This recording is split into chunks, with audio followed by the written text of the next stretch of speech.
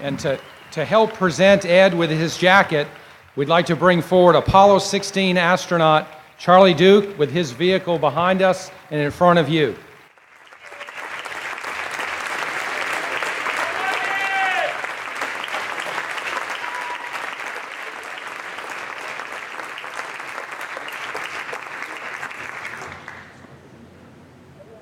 Looking good, Ed!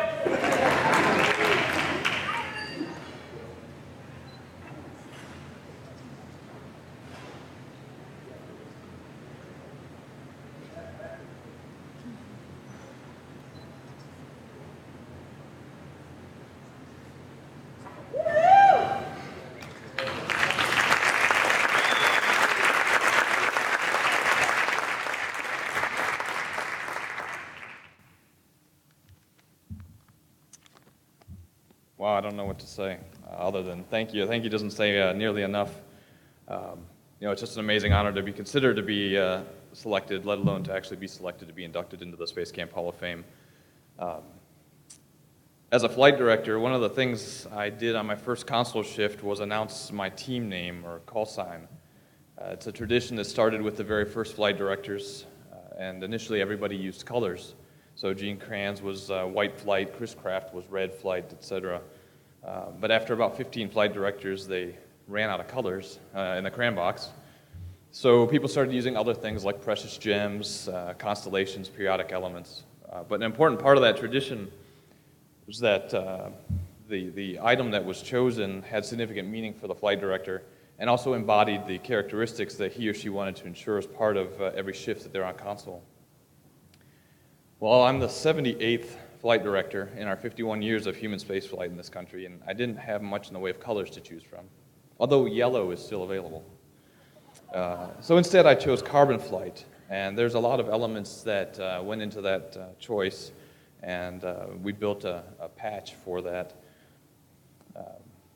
One of the elements on that patch is a short Latin phrase. It's a posse ad esse, and it means from possibility to reality. Now, I first came across that phrase in 2004 as a mantra for a group of flight controllers that I had just joined.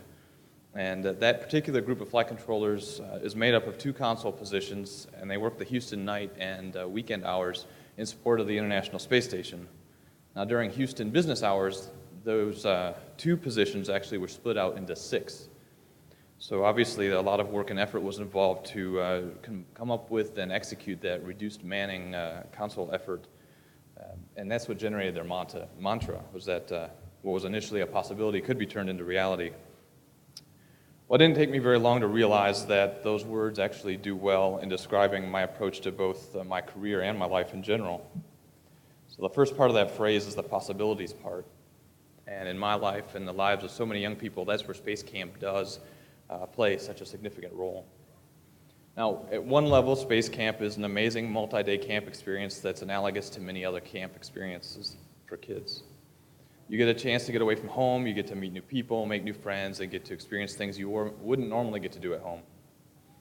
But the really unique and great thing about Space Camp is that it's an environment where kids are removed from their normal lives and fully immersed in a unique and awesome environment unlike any experience they could have at home. And this is what causes the eyes to open wide, the jaws to drop, and the imaginations to go wild. And frankly, let's face it, space flight and fighter jets are just really cool. But that's what makes this place an amazing environment for discovering possibilities. And I had written down that I should mention the story about Charlie Duke, but the video covered it, and well, the man's right here, so you know that story. But it really is just truly amazing how that one just moment in my life, where things came together to where the right people were here all at the right time, really set a stage for where my life took. And then, like they said in the film, I came back in '93 and learned a little bit more, and that really set the focus for me in learning about things like being a flight director. But Space Camp's not just a breeding ground for future pilots, astronauts, and flight controllers. Because of the unique environment provided here, it enables and encourages kids to think about things they may never have been exposed to before and ask all the all-important questions of, I wonder what, or I wonder if. For example, one person might learn about a spacesuit and wonder what it would take to become a spacewalking astronaut. Another person might learn about that same spacesuit and wonder what's involved in designing a spacesuit and head down the path of mechanical engineering. And another person might learn about the exact same spacesuit and wonder about whether the suits really need to look like that and start thinking about maybe working in the fashion industry. It's all about the I wonder. Now, kids and adults alike leave space camp full of excitement and thinking about possibilities, as I certainly did. But of course, that's not the full equation. A posse ad esse. If you only have possibilities, there's a real chance of returning home and having those possibilities turn into fantasy, and then only distant happy memories. Now, it does take personal drive, desire, motivation to convert possibilities into reality, but it doesn't happen alone. Not as a grade schooler, high schooler, or as an adult. I've been personally incredibly blessed in that I've always been surrounded by friends, family, and mentors that encourage and enable me to explore the possibilities. My parents, of course, were very significant influences. The most significant thing they did for me was they did not say no to some of my crazy I wonder moments. Instead, they helped me find answers to my questions, sometimes helped me see that some of my ideas were not good ones, and were often willing to consider ideas that would have been much easier for them to just say no to. I was further blessed and encouraged through high school and college to have teachers, friends, and mentors that helped both guide and correct me along my course as I sought to determine what I wanted that course to be. And of course, one of the biggest supporters, advisors, and role models I've had is my high school sweetheart and wife. She's continuously served as a sounding board for me, and I can't thank her enough for her help and her patience over the past 13 years of marriage. On the 19th, and I will remember. And also in recent years, after I was a flight controller and thinking I wanted to be a flight director, but not necessarily knowing how to go do it, I had the fortune of having another mentor come into my life, and turns out he's actually here tonight, Dr. Steve Robinson. Just in some of the conversations we had, he brought something else into my life that I have never really thought of before, and he asked me one day what my short-term goals were. I knew those. My long-term goals, and I knew those too, but he also asked me what my dreams were.